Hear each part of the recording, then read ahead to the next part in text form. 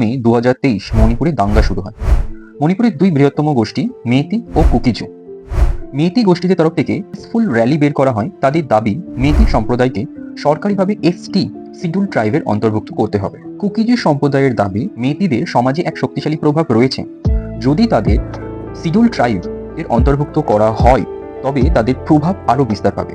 Tribe বা উপজাতি হিসেবে ঘোষণা করলে কুকি প্রধান অঞ্চলে জমি কেনা এবং বসতি স্থাপনের সুযোগ তারা পেয়ে যাবে। তারপর থেকে শুরু হয় দাঙ্গা।